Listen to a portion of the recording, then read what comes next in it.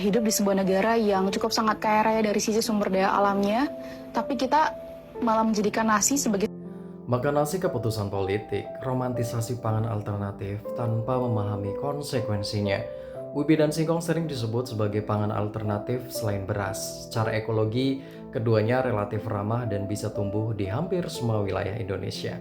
Sejak lama, banyak masyarakat menggantungkan hidup pada singkong dan ubi tanpa persoalan ketersediaan pangan.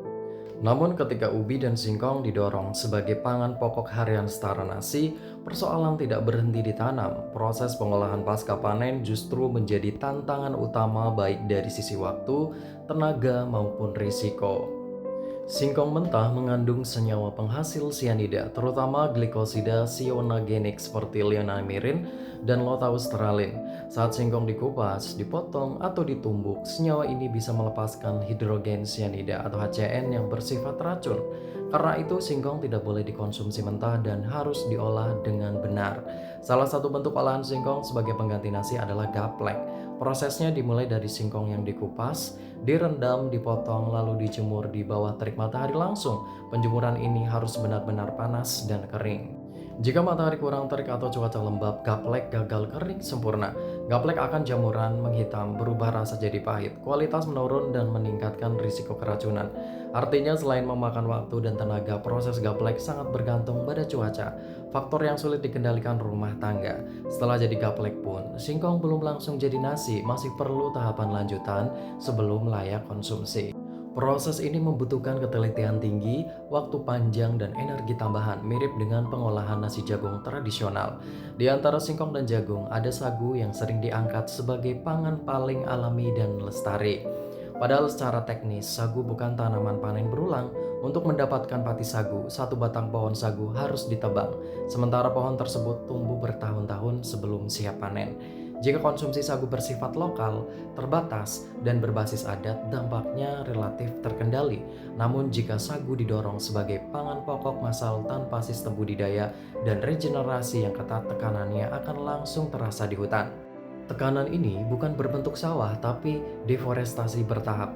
Penebangan pohon sagu dalam jumlah besar akan membuka tutupan hutan rawa dan hutan basah, mengubah struktur tanah, mengganggu aliran air, dan menurunkan keanekaragaman hayati. Artinya, sagu tidak otomatis bebas masalah lingkungan. Jika dikelola salah, ia tetap bisa berkontribusi pada pengundulan hutan, meskipun bentuknya berbeda dengan deforestasi sawit atau kayu industri. Inilah alasan kenapa sagu lebih tepat diposisikan sebagai pangan regional berbasis ekologi, bukan solusi nasional tunggal. Jagung kemudian sering dianggap alternatif paling realistis secara tanam. Jagung adaptif dan bisa tumbuh di banyak wilayah. Namun tantangan terbesarnya justru ada di proses pembuatan nasi jagung tradisional yang panjang dan bertahap. Setelah panen, jagung harus dijemur sampai benar-benar kering, lalu ditumbuk hingga pecah-pecah. Jagung pecah-pecah ini direndam selama 2-3 hari, kemudian diselip atau diayak hingga menjadi tepung setengah jadi. Tepung setengah jadi lalu dikukus, menghasilkan nasi setengah jadi yang masih keras.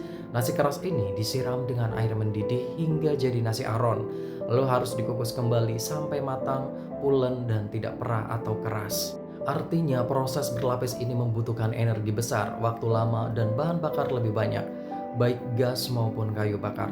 Dampaknya bukan cuma boros energi, tapi pengeluaran uang lebih besar dibanding memasak 1 liter beras yang cukup 1 kali proses. Dalam konteks ini, beras unggul di efisiensi pasca panen. Setelah jadi beras, proses dapur menjadi singkat, aman, stabil, dan hemat energi. Beras tidak memiliki risiko racun alami seperti sianida dan tidak bergantung pada cuaca dalam pengolahannya. Karena itu, kebijakan pangan di masa lalu termasuk di era Orde Baru pada masa Presiden Soeharto tidak bisa dilihat semata-mata sebagai alat politik. Fokus pada beras saat itu juga adalah kemajuan teknis dan logistik, menjawab kebutuhan rakyat di tengah keterbatasan infrastruktur dan energi. Kritik terhadap kebijakan pangan tetap penting, namun sebaiknya dimulai dari pemahaman proses nyata. Mencoba sendiri mengolah singkong jadi gaplek atau memasak nasi jagung akan memperlihatkan langsung waktu, energi, biaya, dan risikonya. Dengan begitu, kritik menjadi adil, tidak jatuh ke framing negatif terhadap negara, dan tidak meromantisasi pangan alternatif tanpa memahami konsekuensinya. itu mulai muncul dan mulai lebih gencar lagi terjadi pada masa Orde Baru. Iya, pada rezim Soeharto, ketika kemudian Soeharto membuat sebuah kebijakan swasembada beras. Program atau kebijakan ini kemudian mengakibatkan posisi makanan lokal menjadi tergeser jauh, karena saat itu di dalam rezim Soeharto atau rezim Orde Baru, beras itu dijadikan sebagai simbol kesejahteraan dan juga kemakmuran. Beras sentrisme. Sejarah penempatan nasi sebagai satu-satunya simbol kesejahteraan dan juga kemakmuran adalah merupakan sebuah strategi politik dan ekonomi besar pada zaman Orde Baru. Ada 3 faktor yang kemudian menyebabkan kenapa kemudian sampai hari ini kita ketergantungan dan menjadikan nasi sebagai satu-satunya yang dapat mengenyangkan perut. Yang pertama, beras sebagai instrumen politik dan juga stabilitas. Pada awal pemerintahan Soeharto atau ketika kemudian Presiden Pangan bukan soal simbol atau sentimen. Pangan adalah soal cukup, aman, efisien, dan tidak membebani kehidupan sehari-hari. Dan memahami proses adalah kunci sebelum menilai kebijakan.